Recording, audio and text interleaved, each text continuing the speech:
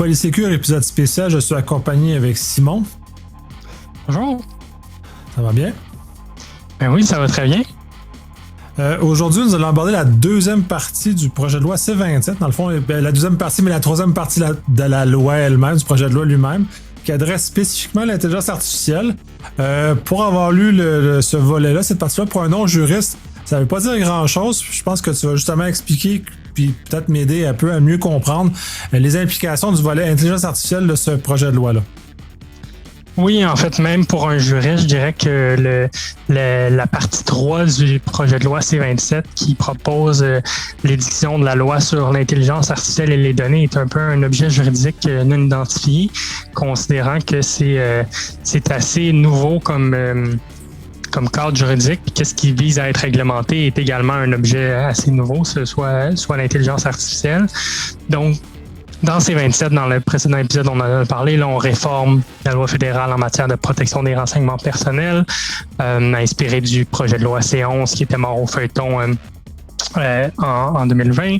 Puis là, dans la partie 3, c'est une proposition nouvelle qui n'était pas dans C-11, qui est une nouvelle loi sur l'intelligence artificielle et les données, qui vise à réglementer les systèmes d'intelligence artificielle, qu'il traite ou non des renseignements personnels. Là. Donc là, on est vraiment dans un cadre juridique spécifique à l'intelligence artificielle. Puis, c'est inspiré, du moins ça semble être inspiré d'une certaine manière par une proposition de législation en Union européenne qui est actuellement proposée, qui n'a pas encore été adoptée, puis qui est dans le parcours législatif, là, si on veut, du droit européen, qui est une très, très longue proposition, un peu à l'image du RGPD en Europe, puis alors qu'ici, la loi sur l'intelligence artificielle et les données, la LIAD, est beaucoup plus courte, mais il y a beaucoup plus d'éléments qui sont confiés au pouvoir réglementaire, donc qui seraient à être précisés dans des règlements, ce qui fait en sorte que il n'y a pas beaucoup de chair autour de l'os là, de cette loi-là pour l'instant. C'est un petit peu difficile de voir précisément quelles seront ses conséquences, parce que il y a beaucoup qui seraient à venir en règlement si c'est adopté, mais n'empêche que c'est quand même assez intéressant de voir une première proposition de réglementation de l'intelligence artificielle au Canada.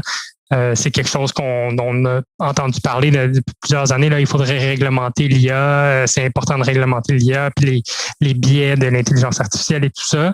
Et bien là, il y a une proposition qui est faite en ce sens-là. Reste à voir si ça va aboutir. Oui, puis le point, parce que le premier point pour moi qui est important pour comprendre, parce qu'il y a vraiment une distinction très importante entre la réforme sur la protection des renseignements personnels et c'est le volet intelligence artificielle, puisque le volet intelligence artificielle ne couvre pas seulement de l'information personnelle, mais couvre tout type d'information qui ont un vocable assez particulier d'ailleurs pour le définir. Puis je pense qu'on ne sait même pas qu'est-ce que ça couvre vraiment encore. Oui, c'est ça. Ben, les définitions, c'est vraiment la clé là, pour comprendre à quoi les lois s'appliquent. Donc, en matière de protection des renseignements personnels, ça s'applique à des renseignements personnels, c'est-à-dire toute information qui peut identifier une personne physique. Donc, ça, c'est assez large. Ça peut englober un tas de données différentes. Là, ici, le champ d'application est un peu différent. En fait, tout d'abord, on propose une définition de système d'intelligence artificielle.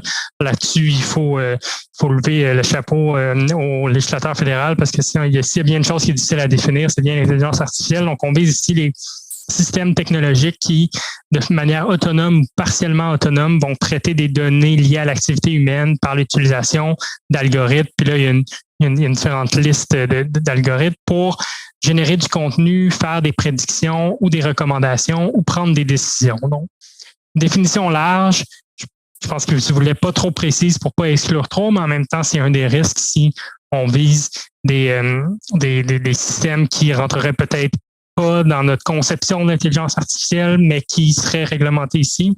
Donc, ça, c'est les systèmes qui visent à être visés. Puis une autre chose, c'est que c'est l'utilisation de ces systèmes-là dans le cadre d'une activité réglementée cette notion-là vise à s'inscrire dans la compétence constitutionnelle du fédéral en matière de réglementation du commerce, parce que c'est en vertu de cette compétence-là que le gouvernement fédéral peut réglementer notamment la protection des renseignements personnels, mais dans ce cas-ci également l'intelligence artificielle. Donc ici, cette activité réglementée-là, ça englobe tant la conception, le développement d'un système intelligence artificielle, mais également le fait de rendre disponible un système d'intelligence artificielle ou de rendre disponible des données qui permettent de traiter un système d'intelligence artificielle. Donc, on vise pas seulement le end user en bon français là, de l'intelligence artificielle, on vise un peu toute la chaîne, tant le concepteur que le fournisseur de données, que l'utilisateur qui l'utilise, même si c'est via une plateforme ou quelque chose comme c'est pas nécessairement lui qui a créé le modèle. Donc, on cherche à viser un peu tous les acteurs du domaine de l'intelligence artificielle avec cette proposition-là. Ouais, puis on parle aussi de système à incidence élevée, qui est vraiment un trait aussi qui vient clairement, et en même temps pas clairement, parce qu'on ne sait pas vraiment la portée exacte de système à incidence élevée, mais qui vient définir une portée qui est très différente d'ailleurs aussi de celle de la protection des renseignements personnels. Oui, bien là, c'est ça. C'est que la majorité des obligations dans l'IAD sont qu'on vise les systèmes à incidence élevée. C'est-à-dire que si on a un système à incidence élevée, qui est une notion qui va être définie par règlement, donc pour l'instant, c'est pas vraiment possible d'identifier qu'est-ce qui est un système à incidence élevée. Ben si on gère ce type de système-là, on a des obligations de faire une évaluation, premièrement, de notre système pour vérifier s'il est à incidence élevée, et ensuite de prendre des mesures d'atténuation pour réduire les risques de préjudice que notre système pourrait causer sur les individus ou les biais qui pourraient être engendrés dans le traitement des données par notre système à incidence élevée. Et on doit également publier de la documentation pour démontrer notre transparence dans ces évaluations-là. Donc, c'est un peu, si on veut, le cœur de la réglementation proposée dans la loi, c'est des mesures, une évaluation, des mesures d'atténuation, une tenue de registre, puis de la documentation, qui serait tout ça lié au fait d'avoir un système à incidence élevée. Puis, sauf que cette notion-là, elle va être définie par règlement. C'est un peu une gradation selon le niveau de risque, ce qui est également proposé dans la proposition de législation européenne, d'où mon commentaire là, au début à l'effet qu'il y a une inspiration là, ici, là, c'est-à-dire qu'on vise les systèmes d'intelligence artificielle, mais on met plus d'obligations sur ceux qui ont une incidence élevée, ceux qui ont une incidence moins élevée, parce qu'on sait que l'intelligence artificielle, elle est partout dans nos vies. Là. Elle est surtout avec une définition large comme celle que j'ai mentionnée tout à l'heure. Ce type d'algorithme qui nous aide à prendre des décisions, là, ça peut viser le contenu d'une calculatrice. Là. Donc, on s'entend que la notion d'incidence élevée, je pense, va être très importante. Et ça, par contre, ça va venir pas à l'adoption du projet de loi, ça va venir à l'adoption du règlement qui va suivre l'adoption du projet de loi. Donc, c'est pas non plus à la veille d'arriver. Oui, puis on voit aussi une autre distinction importante, contrairement à la loi sur la protection des renseignements personnels, qui a une application qui peut être appliquée dans les provinces qui n'ont pas une loi équivalente. Celle sur l'intelligence artificielle, elle n'a pas cette notion-là de chose où elle laisse les provinces un peu plus libres d'agir comme ils veulent. Oui, c'est un point d'interrogation un peu en lien avec cette nouvelle loi-là, parce que contrairement à la loi de protection des renseignements personnels au fédéral, donc PIPEDA là, en anglais, qui est maintenant réformée pour être la loi sur la protection de la vie privée des consommateurs, c'est cette loi-là, clairement, si une province n'a pas adopté une loi reconnue comme étant essentiellement similaire, elle va s'appliquer dans la province. Ce mécanisme-là n'est pas prévu dans l'IAD, donc ce n'est pas, et considérant que la loi vise des activités réglementées qui tombent sous la gestion du commerce là, par la compétence fédérale, par le Parlement fédéral, c'est pas clair si le fédéral a une intention d'aller réglementer l'utilisation d'algorithmes à l'intérieur des provinces. Mais en même temps, quand on parle d'objets abstraits comme l'intelligence artificielle, des traitements de données, souvent, c'est dur d'affirmer que non, nous, notre algorithme fonctionne uniquement à l'intérieur du Québec en ce moment. Là. Il n'y a aucune. Il est mis dans une boîte, là, puis il n'y a rien, il n'y a aucun intrant, il n'y a aucun extrant qui va à l'extérieur, qui passe de l'autre côté de la rivière des Outaouais. Là. C'est un petit peu difficile à dire comme ça. Alors, est-ce que ça va devenir un peu la ligne directrice, là, même pour les provinces? Probablement, à moins qu'il y ait des provinces qui veulent adopter leur propre législation en la matière, ce qui pourrait être le cas. Mais comme on est vraiment en territoire nouveau ici, là, ça serait quand même, je pense, quand même étonnant. Oui, ben ça va être intéressant de voir comment ça va se faire. De toute façon, le projet de loi va être à l'étude cet automne, fait que ça va sûrement évoluer pour les différents intervenants qui vont justement contribuer. Il y a beaucoup aussi d'aspects sur la transparence puis le pouvoir du ministre par rapport à ça, puis la nomination d'un commissaire spécifique aussi, qui sont quand même 3 aspects très, très que je trouve très curieux de ma part. Là. Oui, il y a effectivement plusieurs pouvoirs qui sont conférés au ministre. Il y a également un régime de sanctions qui est introduit un peu à l'image de ce qu'on retrouve dans la proposition de C-27 en matière de protection de la vie privée des consommateurs, là, l'autre loi. Pour ce qui est de la question de la transparence, il y a 2 obligations distinctes. Il y a une obligation qui vise plus l'utilisation prévue du système, puis une autre qui vise plus l'utilisation réelle du système. Pas encore tout à fait clair qu'est-ce qui va devoir être mis, mais on parle ici de publier des documents en langage clair sur un site web de la personne qui gère l'exploitation d'un système ou d'une personne qui rend un système disponible pour des utilisateurs, donc un concepteur ou un utilisateur qui va l'utiliser. Ils vont avoir des obligations de transparence un peu différentes, mais les 2 vont devoir publier de l'information en langage clair sur les types de décisions, les types de recommandations qui sont prises par le système, sur la façon dont le système est utilisé à l'interne, sur les mesures d'atténuation qui ont été prises en lien avec l'évaluation dont j'ai parlé plus tôt. Donc ça vise les systèmes à incidence élevée. Donc, encore une fois, qu'est-ce qui va être un système à incidence élevée? C'est la grande question. Mais il y a également des obligations de transparence qui ne sont pas liées au système à incidence élevée, mais qui sont liées au fait de rendre disponibles des données anonymisées pour concevoir ou pour développer ou pour être utilisées dans des systèmes d'intelligence artificielle. Donc ça, c'est encore plus large comme obligation parce qu'en fait, ça vient viser les jeux de données qui pourraient éventuellement être servis dans l'entraînement en intelligence artificielle. Et dans ce contexte-là, il va y avoir une obligation d'expliquer un peu la manière dont les données ont été rendues anonymisées, comment est-ce que l'organisation utilise ou gère ces données anonymisées-là qui sont destinées à l'intelligence artificielle. Donc ça va s'appliquer nonobstant le fait qu'on est dans un système à incidence élevée. Puis ça pose également certaines questions là, parce que on sait que en matière de protection des renseignements personnels, donc sous la loi, les lois actuelles et la proposition de loi dans C-27, les données anonymisées sont exclues du champ de la loi. Donc, même dans les obligations de transparence, comme on doit dire clairement on utilise nos renseignements personnels, on a une politique de confidentialité qui décrit toutes nos différentes activités avec les renseignements personnels. On n'a pas besoin de faire preuve de transparence à l'égard des données anonymisées parce qu'elles ne permettent plus d'identifier un individu, donc elles sont exclues du champ d'application de la loi. Mais ici, sous l'IAD, on a des obligations de transparence pour ces données anonymisées-là, sauf qu'on n'a pas non plus de définition de données anonymisées. Donc, c'est un peu un casse-tête. Là, si on prend des renseignements personnels, on les anonymise comme selon la définition de la loi, ils sont exclus de la loi sur la protection de la vie privée des consommateurs. Mais ils vont encore avoir certaines obligations si on les utilise dans un contexte pour entraîner l'intelligence artificielle. Donc, ça s'enligne pour être un peu ça la logique. Je pense que ça va devoir être précisé, puis il va sûrement y avoir des questions là-dedans, ne serait-ce que de savoir est-ce que les données anonymisées sous BIAD sont les mêmes.